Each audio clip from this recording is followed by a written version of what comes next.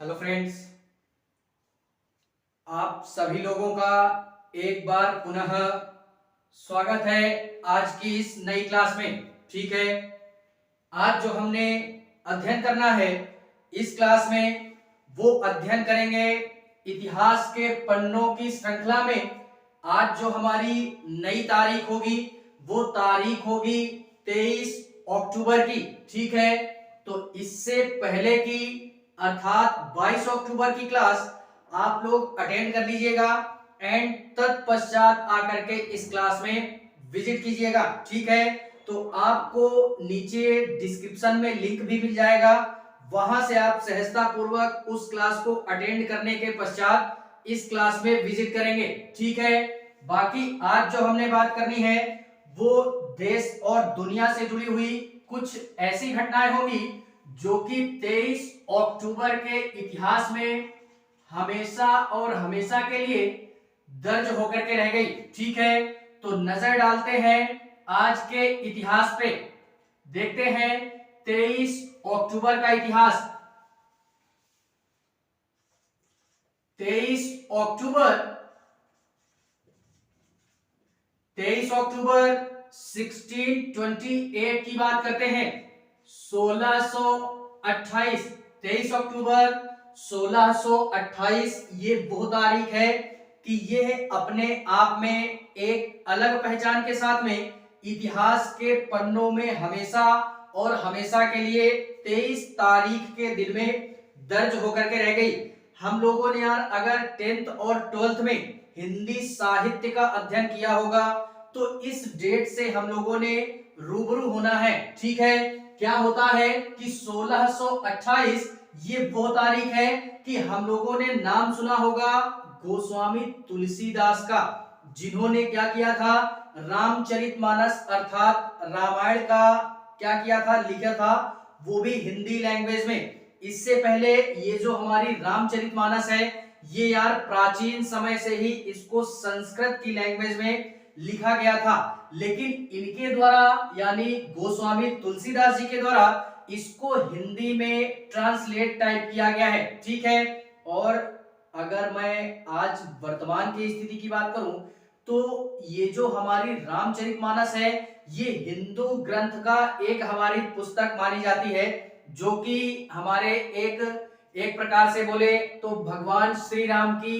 पूरी या संपूर्ण जीवन गाथा जो है ये रामचरितमानस के तौर पे महर्षि वाल्मीकि ने संपूर्ण जीवन का उनके क्या किया, व्याख्यान करके रख दिया इस रामचरितमानस में। ठीक है, और इसी को तुलसीदास जी ने हिंदी में ट्रांसलेट किया, जो कि आम जन तक इनकी जो भी सारी चीजें हैं या आम समाज के लोग या आम नागरिक भी इस रामचरितमानस को पढ़ सकें और इसका बेहतरीन रूप से अध्ययन कर सकें और भगवान राम जी से रिलेटेड उनकी जो भी जीवनी है उसको जान सकें और उनके जीवन से रिलेटेड जो भी सारे अच्छी चीजें हैं या उनका जो आदर्श है लोग उनको फॉलो कर सकें और उनके जीवन के या उनके आचरणों को अपने जीवन में उतार सकें, जिससे उनके जीवन का बड़े ही बेहतरीन तरीके से कल्याण हो सके और उद्धार हो सके। ठीक है, और इतना ही नहीं, आधुनिकता के तौर पे अगर मैं बोलना चाहूं तो जहां तक मेरी समझ है आज यानी एक प्रकार से बोले तो पूरे विश्व की ही बात करते हैं यार, 100-200 या इससे भी अधिक ये रामचरितमानस की रचनाएं हो चुकी हैं। ठीक है, कोई एक ही नहीं हुई है। और इसमें से अगर मैं बात करूं तो पूरे विश्व में जो भी हमारे 100-200 एग्जैक्ट नहीं मालूम, लेकिन 100 से 200 के मध्य में जो भी ये रामचरित की रचनाएं हो चुकी हैं इनमें महर्षि वाल्मीकि वाली जो भी प्राचीन है हमारी इंडिया की, वो हमारी इसमें 46वां स्थान प्राप्त है। इंडिया की जो भी हमारी रचना है गोस्वामी तुलसीदास की। ठीक है, एंड इसी के पश्चात में बात करें तो गोस्वामी तुलसीदास जी एक महान संत एवं कवि के तौर पे भी इनको हम जानते हैं, जो कि भारत के सर्वश्रेष्ठ कवियों में इनकी गिनती की जाती थी। ठीक है, और इतना ही नहीं, ये 1628 वो दौर था कि हिस्ट्री में अध्ययन कर रहे हैं तो मुगलिया सल्तनत चल रही थी, ये भी हमको ध्यान रखना है। डेट अगर पढ़ रहे हैं तो केवल यही नहीं है कि जो घटना पढ़ रहे हैं वही घटना हमें याद रखनी है। जितनी भी घटनाएं हम पढ़ चुके हैं, डेट देख करके सारी घटनाओं में कमांड बनानी है, ठीक है। यही है पूरा का पूरा सिलेबस में कमांड बनाना, ठीक है। एंड इसी के पश्चात में हम लोगों ने बात करें तो गोस्वामी तुलसीदास जी जो है, इन्होंने कई ऐसी रचनाएं की हैं जिनकी रचनाओं से लोगों में बड़ा ही हर्ष उत्पन्न हुआ। जैसे हम लोगों ने पढ़ा है 10th या 12th में, एग्जैक्ट मालूम नहीं, लेकिन 10th और 12th में हम लोगों ने पढ़ा, क्या पढ़ा, कवितावली, गीतावली, एक जानकी मंगल करके है, इस तरीके की तमाम ऐसी रचनाएं हैं। रामचरितमानस की तो इन्होंने रचना की ही। रामचरितमानस के पश्चात में एक हमारी रचना और हुई जिसको हम हनुमान चालीसा बोलते हैं। इस हनुमान चालीसा की रचना भी तुलसीदास जी के द्वारा ही की गई, ठीक है। एंड इसी की तरह इसी तरीके की कुल मिलाकर के 12 ग्रंथों का रचनाएं जो करते हैं वो गोस्वामी तुलसीदास जी के द्वारा की जाती है। तो इस कारणवश ये 23 अक्टूबर 1628 की तारीख बाकायदा तुलसी जी के नाम पे इतिहास के पन्नों में हमेशा और हमेशा के लिए स्वर्णिम अक्षरों में दर्ज करके रख दी गई, ठीक है। तो इस घटना से और इस तारीख से हमके रूबरू होना है, ठीक है। बात करते हैं 23 अक्टूबर 23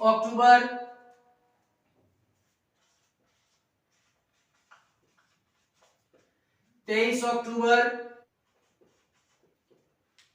क्या होता है इस दिन।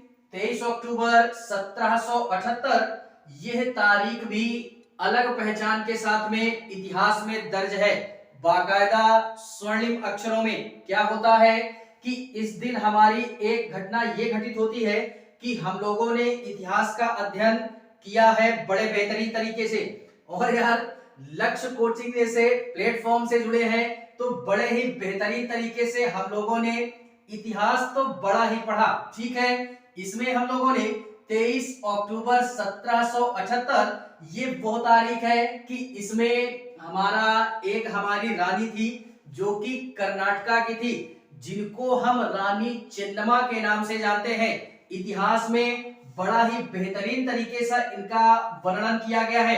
क्या बोलते हैं, रानी चेन्नम्मा के नाम से जानते हैं। नाम याद रखना है हमने, रानी चेन्नम्मा के नाम से जानते हैं। इनका जन्म होता है, कब होता है, 1778 में 23 अक्टूबर के दिन। और इनका जन्म कहां पे होता है, तो वो होता है कर्नाटक के कित्तूर जिले में। ये कित्तूर जो स्थान है हमारा, ये प्राचीन स्थल है, ठीक है।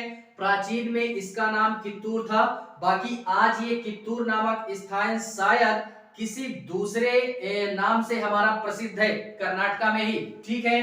तो इस रानी चेन्नम्मा का नाम हमने याद रखना है। और इन्होंने एक नीति अपनाई थी, किसके तहत, इनको किस वजह से इतिहास में दर्ज किया गया, तो इनको इतिहास में इस कारणवश दर्ज किया गया कि इन्होंने अंग्रेजों का, क्योंकि ये तारीख हमने पकड़नी है 1778, ये वो तारीख है कि हमारा इंडिया में ईस्ट इंडिया कंपनी का शासन चल रहा था, ठीक है।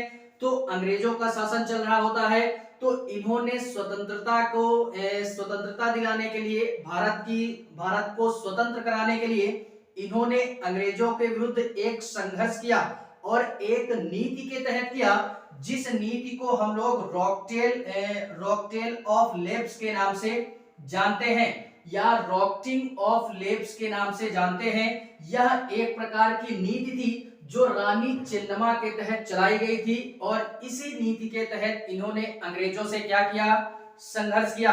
और इनको इतिहास में इसी कारणवश जाना जाता है, भारत की स्वतंत्रता के लिए इन्होंने बड़े ही पराक्रम और वीरता के साथ में या साहस के साथ में भारत में अपना सराहनीय योगदान दिया है, ठीक है। और इनको भारत के कई हिस्सों में या कई विभिन्न क्षेत्रों में इनके इसी सराहनीय कार्यों के लिए या भारत की स्वतंत्रता में योगदान के लिए इनको भारत के विभिन्न क्षेत्रों में सम्मानित किया जाता है और बाकायदा इनको कर्नाटका के क्षेत्र में बड़े ही बेहतरीन तरीके से सर्वोपरि माना गया और सम्मानित किया गया।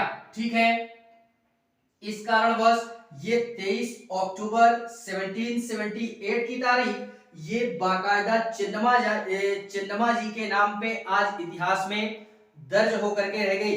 बात करते हैं इसी 23 अक्टूबर के इतिहास में कुछ और अन्य महत्वपूर्ण घटनाओं की, जो कि हमेशा और हमेशा के लिए साक्षी बन के रह गई 23 अक्टूबर के तौर पे। और 23 अक्टूबर बाकायदा इसका प्रमाण भी है। ठीक है, ये 23 अक्टूबर प्रमाणित करता है कि ये सारी घटनाएं हमारी इतिहास में घटित हो चुकी हैं, तभी इनका वर्णन हम लोगों ने इतिहास में किया है। ठीक है, 23 अक्टूबर 1814 की बात करते हैं। 1814 23 अक्टूबर 1814 की तारीख इतिहास में भी अपनी अलग पहचान बनाती है और इतिहास के साथ साथ में ये साइंस की दुनिया में भी अपनी अलग पहचान बनाती है। यार ये हिस्ट्री में तो ये तारीख हमारी इंपॉर्टेंट है ही, हिस्ट्री के साथ साथ ये साइंस की दुनिया में भी ये तारीख हमारी बहुत इंपॉर्टेंट है। क्या होता है कि इस दिन दुनिया की पहली प्लास्टिक सर्जरी होती है, यानी एक प्रकार से बोले तो साइंस की दुनिया में एक क्रांतिकारी बदलाव आता है जिसको हम लोग प्लास्टिक सर्जरी के नाम से जानते हैं। एंड यार इसी के पश्चात में इसको हम लोग या डॉक्टरों के माध्यम से एक नाम और दिया गया। क्या नाम दिया गया? इसको हम लोग कॉस्मेटिक सर्जरी के नाम से भी जानते हैं। तो इसको हमने याद रखना है। क्या याद रखना? 23 अक्टूबर 1814 को दुनिया की पहली प्लास्टिक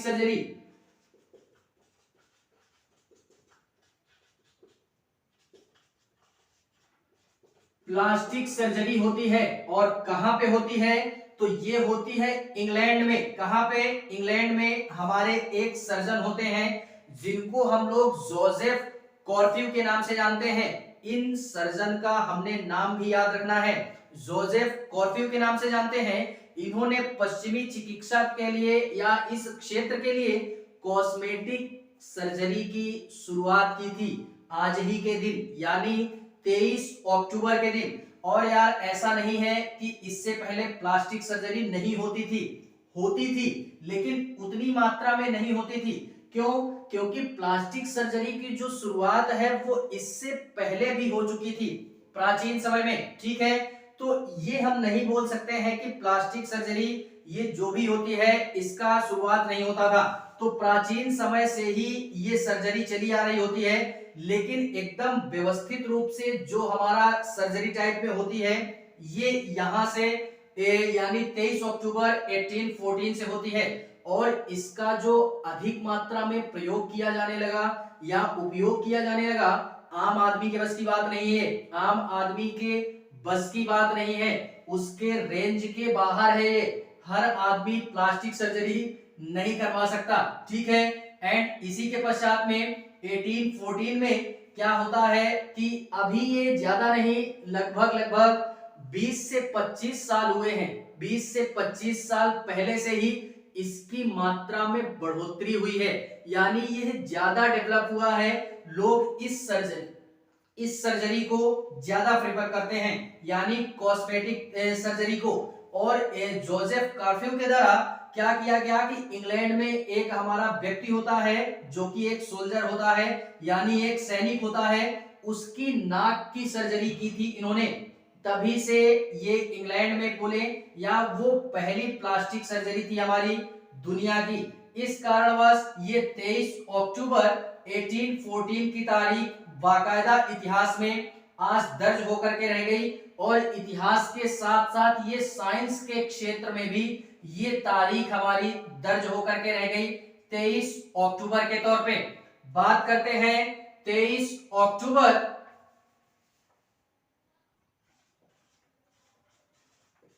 23 अक्टूबर के पश्चात हम लोग बात करते हैं 1998 की बात करते हैं।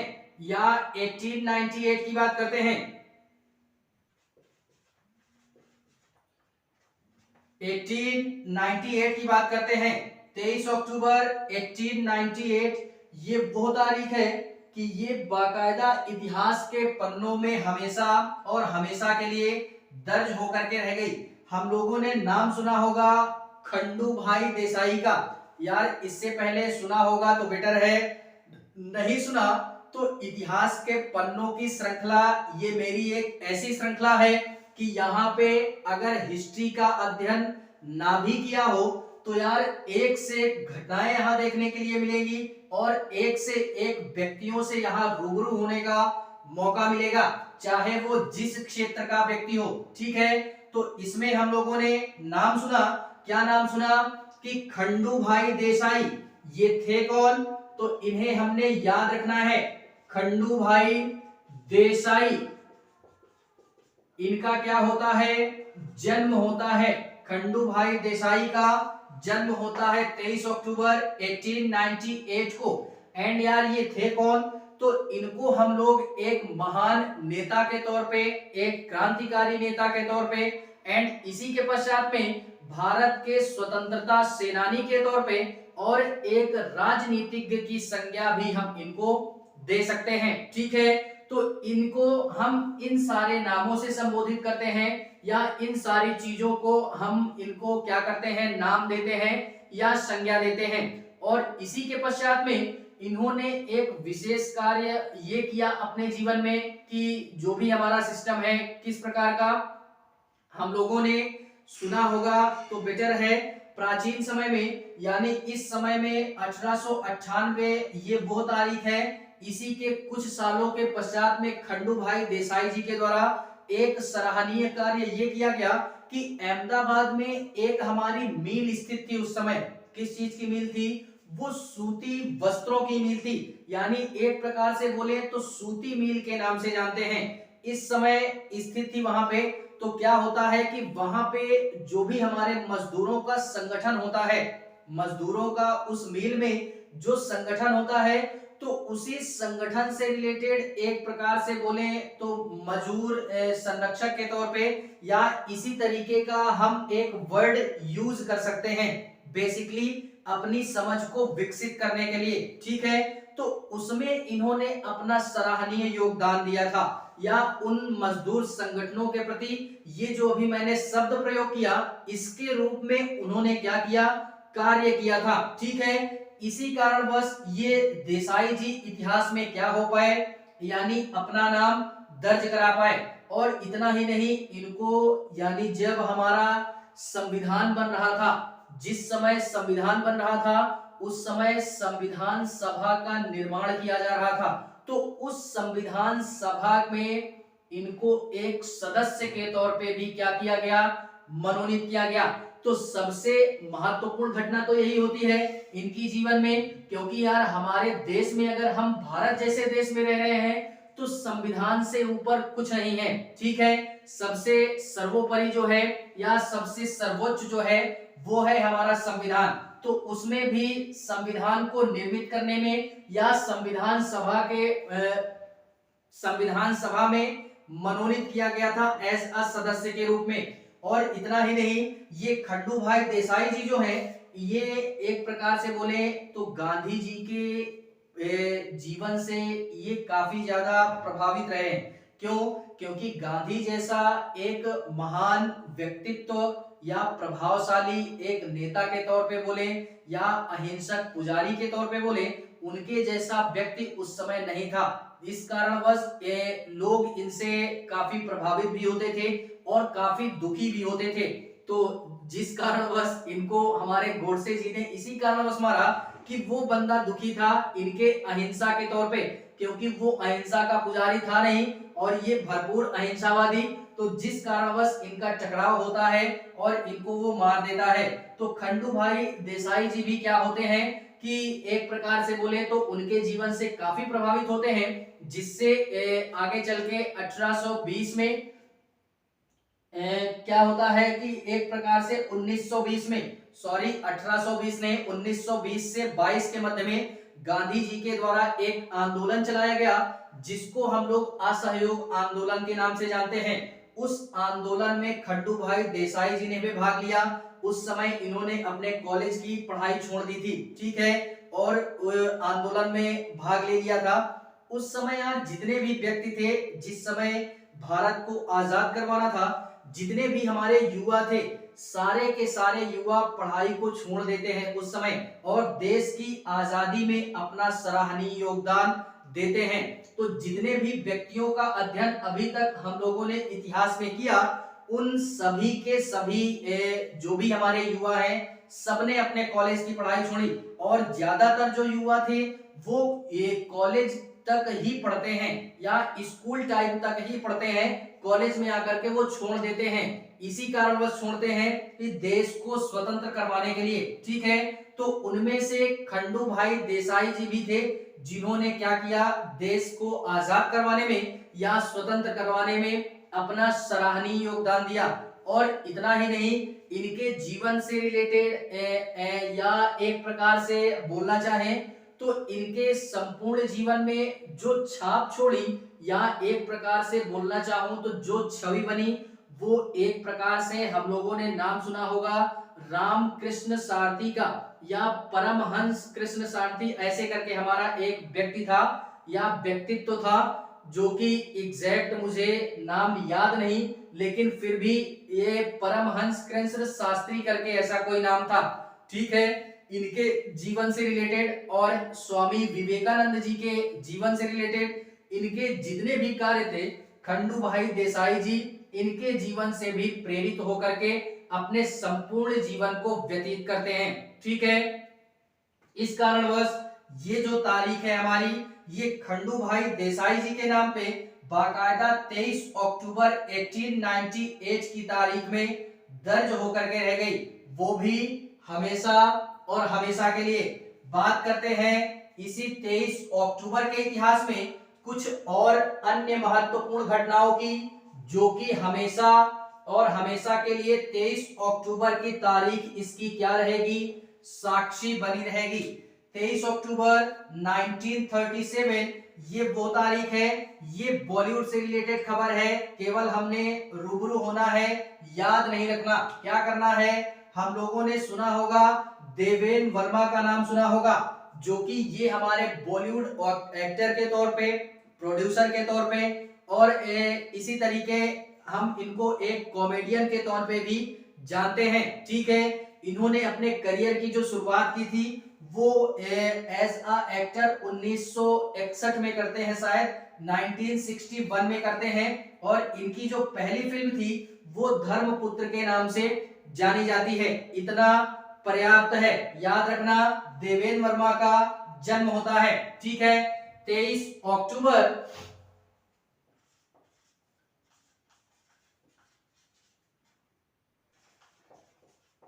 2001 की बात करते हैं। 23 अक्टूबर 2001 ये वो तारीख है कि यह तारीख भी इतिहास में अपनी एक अलग पहचान बना पाई और बाकायदा 23 अक्टूबर 2001 ये प्रमाणित करता है कि ये घटना हमारी पिछले कुछ वर्षों में घटित हो चुकी है, तभी इसको इतिहास में वर्णित किया गया है, ठीक है।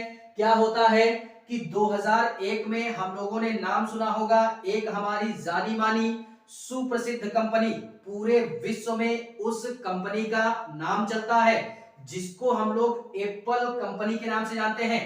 तो एप्पल की जो भी हमारी कंपनी है, इसके निर्माता कौन है, पहली बात ये जानते हैं। इस कंपनी के संस्थापक स्टीव जॉब्स, नाम याद रखना, इस कंपनी के संस्थापक हमारे स्टीव जॉब्स 1976 में यानी 1976 में इन्होंने एप्पल कंपनी की स्थापना की थी। और इतना ही नहीं, 2001 ये एप्पल कंपनी के नाम पे इस कारणवश इतिहास में दर्ज हो पाया क्योंकि इन्होंने अपना पहला, हम लोगों ने नाम सुना होगा, एक प्रकार का हमारा डिजिटली या एक प्रकार से बोले तो गाना सुनने के लिए हमारा कुछ समय पहले, अभी भी आता है लेकिन कुछ समय पहले वो ज्यादा चला था। क्या चला था, एक प्रकार से आईपॉड बोलते हैं शायद उसको। वही हमारा क्या होता है कि मार्केट में पहली बार एप्पल कंपनी ने अपनी कंपनी के तौर पे पहला आईपॉड क्या किया था, हमारा मार्केट में उपलब्ध कराया था, यानी बाजार में पेश किया था। पहला आईपॉड 23 अक्टूबर 2001 को। और ये हमारी एप्पल कंपनी जो है, ये गुणवत्ता के मामले में यानी क्वालिटी के मामले में सबसे सर्वोत्तम या उच्च क्वालिटी के प्रोडक्ट हमारे प्रोड्यूस करती है। ठीक है, इसी कारणवश यार आजकल जो भी हमारे लोग हैं वो एप्पल की सारी चीजें क्यों प्रेफर करते हैं, इसी कारणवश प्रेफर करते हैं कि जो भी सारा सिस्टम है या एप्पल की कंपनी से रिलेटेड जो भी सारे प्रोडक्ट्स आते हैं वो सारे के सारे प्रोडक्ट हमारे क्वालिटेबल होते हैं। ठीक है, इसकी तुलना अन्य कंपनियों से नहीं की जा सकती, यानी इसकी जो क्वालिटी है वो अन्य कंपनियों की तुलना में बड़े ही बेहतर क्वालिटी के प्रोडक्ट हमारे प्रोड्यूस करती है। ठीक है, तो इसी कारणवश ये 23 अक्टूबर 2001 की तारीख हमारी क्या हुई, एप्पल कंपनी का जो भी हमारा आईपॉड था इसके नाम पे दर्ज हो पाया। संस्थापक कौन थे, स्टीव जॉब्स। एप्पल कंपनी की स्थापना कब हुई, तो ये होती है 1976 में, ये भी हमने याद रखना है। बात करते हैं 23 अक्टूबर 2011 की बात करते हैं। 23 अक्टूबर 2011 की बात करते हैं। 23 अक्टूबर 2011 ये विश्व इतिहास में इसको भी इतिहासकारों ने दर्ज कर दिया, या 23 अक्टूबर 2011 की तारीख ये प्रमाणित करती है इतिहास में कि ये घटना हमारी 23 अक्टूबर 2011 को घटित हुई, तभी इसको हम 23 अक्टूबर के इतिहास में बाकायदा इसका वर्णन हम कर रहे हैं। क्या होता है कि घटना है हमारी 2011 की और ये होता है तुर्की में। कहां पे, तुर्की में क्या होता है कि पहला भूकंप आता है, पहली बार भूकंप आता है तुर्की में। कब आता है, 2011 में।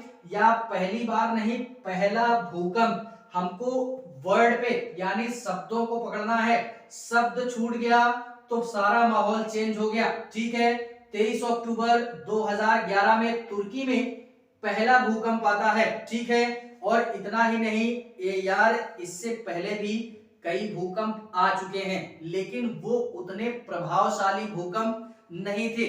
वो ज्यादा से ज्यादा एक के या 2 के या इस तरीके के हमारे रिएक्टर स्केल पे नापे गए हमारे भूकंप थे। ठीक है, लेकिन ये जो भूकंप था ये बड़ा ही विशाल भूकंप था और प्रभावशाली भूकंप था। हम लोगों ने अगर क्लास 7th की जियोग्राफी पढ़ी होगी, क्लास 7th में जियोग्राफी में हम लोगों ने अगर अध्ययन किया होगा तो उसमें यार हम लोगों ने अध्ययन किया होगा भूकंप का। ठीक है, अगर वर्ल्ड जियोग्राफी पढ़ा होगा तो उसमें भी हम लोगों ने भूकंप का अध्ययन किया होगा, जिसमें बड़े ही बेहतरीन तरीके से भूकंप के बारे में बताया गया है। इसको नापने की एक हमारी मशीन होती है जिसको हम लोग रिएक्टर स्केल के नाम से जानते हैं, और इसकी तीव्रता को नापा जाता है। इसमें क्या किया जाता है, भूकंप की तीव्रता को नापा जाता है, जिससे जो भी हमारे भूकंपरोधी जो भी वैज्ञानिक हैं उनके माध्यम से या उस रिएक्टर स्केल के माध्यम से ये पता लगा पाते हैं कि इस भूकंप का उद्गम केंद्र कहां पे है, यानी यह भूकंप कहां से हमारा उत्थानित होता है, इसका केंद्र बिंदु कहां पे है और इसकी तीव्रता कितनी है, यानी कितने झटके का भूकंप हमारे आया है। तो इसको रिएक्टर स्केल के माध्यम से मापते हैं। और जब ये तुर्की का पहला भूकंप था, इसको जब मापा गया तो इसमें उन लोगों ने बताया 7.2 रिएक्टर स्केल का भूकंप था हमारा, जो कि काफी विशाल और प्रभावशाली भूकंप के नाम से जाना गया। और यार ये 7.2 ये काफी बड़ी मात्रा है, क्योंकि एनसीईआरटी में पढ़े हैं हम लोगों ने कि उसमें एक ज्यादा से ज्यादा अगर एक का होगा तो उसमें सामान केवल धीरे धीरे हील करके रह जाएगा, यानी हिलता डुलता रहेगा। 2 का होगा तो चीजें सामान इधर उधर बिखरेंगी। इस तरीके करके यार काफी व्याख्यान किया गया है, जो कि बच्चों के लेवल की बनाई गई है, लेकिन फिर भी उसका अध्ययन हमने करना ही करना है। और ये जहां बात करते हैं 5, 6 और 7 की, ये इतने विशाल भूकंप होते हैं कि इनमें बिल्डिंग गिरने तक का खतरा होता है, और गिरने तक का खतरा नहीं, बिल्डिंगें गिरती भी हैं, इतना प्रभावशाली होता है। ठीक है, तो इस कारणवश ये जो हमारी तारीख है ये बाकायदा 23 अक्टूबर 2011 की तारीख में तुर्की के इतिहास में बाकायदा दर्ज होकर के रह गई।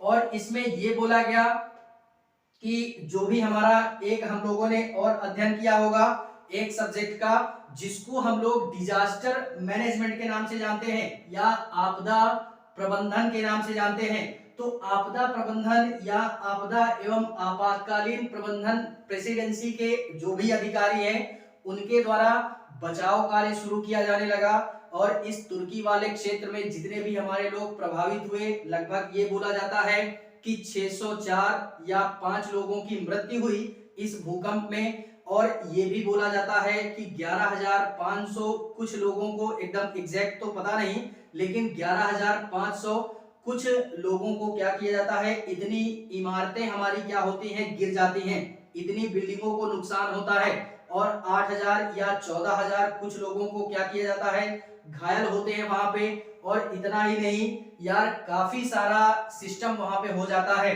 ठीक है, तो इस कारणवश ये तारीख हमारी तुर्की के इतिहास में बाकायदा दर्ज होकर के रह गई हमेशा और हमेशा के लिए। बात करते हैं 23 अक्टूबर 2014 की बात करते हैं। 2014 ये तारीख भी हमारी इंपॉर्टेंट है। क्या होता है, 23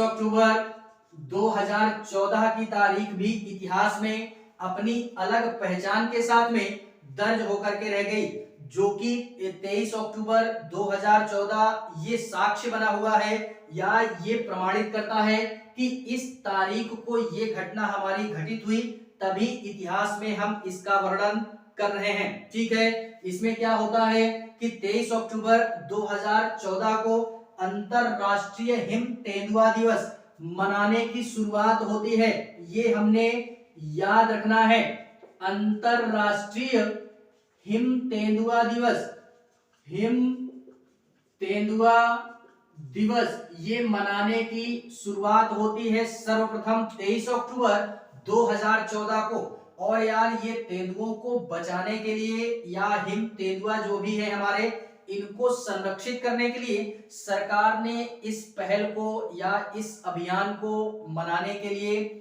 ये बोला या इसकी घोषणा की गवर्नमेंट के द्वारा। ठीक है, इसमें ये बोला गया कि हिम तेंदुओं का संरक्षण करना है या तेंदुओं के प्रति लोगों को जागरूक करने के लिए कि इनकी प्रजाति विलुप्त ना हो, इसी कारणवश इनको संरक्षित किया जाए और इनके जो भी इनको मतलब क्षति पहुंचाने वाले लोग हैं उनके प्रति कड़ी कार्यवाही की जाएगी। ठीक है, जिस कारणवश ये हमारी 23 अक्टूबर 2014 की तारीख बाकायदा हिम तेंदुआ दिवस के तौर पे इतिहास में दर्ज हो पाई।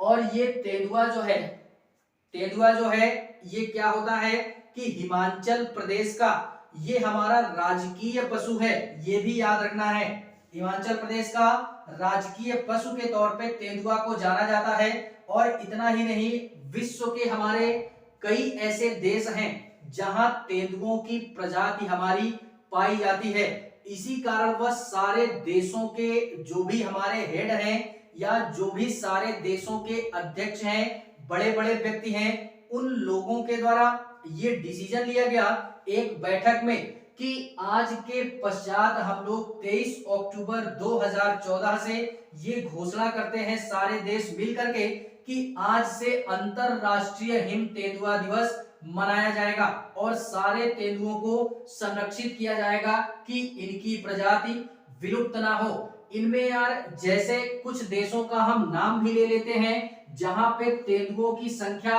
भारी मात्रा में पाई जाती है, जैसे पाकिस्तान, नाम याद रखना, कुछ का नाम हम यहाँ पे लेते हैं पूरे विश्व में, Pakistan, Afghanistan, Uzbekistan, Kyrgyzstan,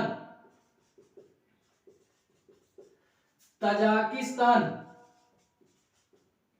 Tajikistan इसी तरीके करके तजाकिस्तान हो गया, यानी Pakistan, Afghanistan, Uzbekistan, Kyrgyzstan, Tajikistan, और इसी तरीके इंडिया भी हमारा इसी में आता है।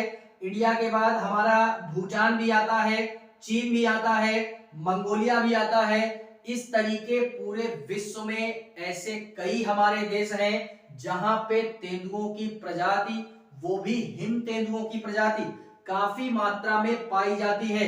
रूस भी इसमें शामिल है, ठीक है। तो इन सारे देशों को हमने याद रखना है। सारे देश ना भी याद हो तो एग्जाम्पल के तौर पे हम एक या दो देशों का जिक्र तो कर ही सकते हैं, ठीक है। इस कारणवश ये 23 अक्टूबर 2014 की तारीख ये अंतरराष्ट्रीय हिम तेंदुआ दिवस के तौर पे इतिहास में आज अपनी जगह बना पाई, और बाकायदा स्वर्णिम अक्षरों में इसको इतिहासकारों ने दर्ज कर दिया हमेशा और हमेशा के लिए, ठीक है।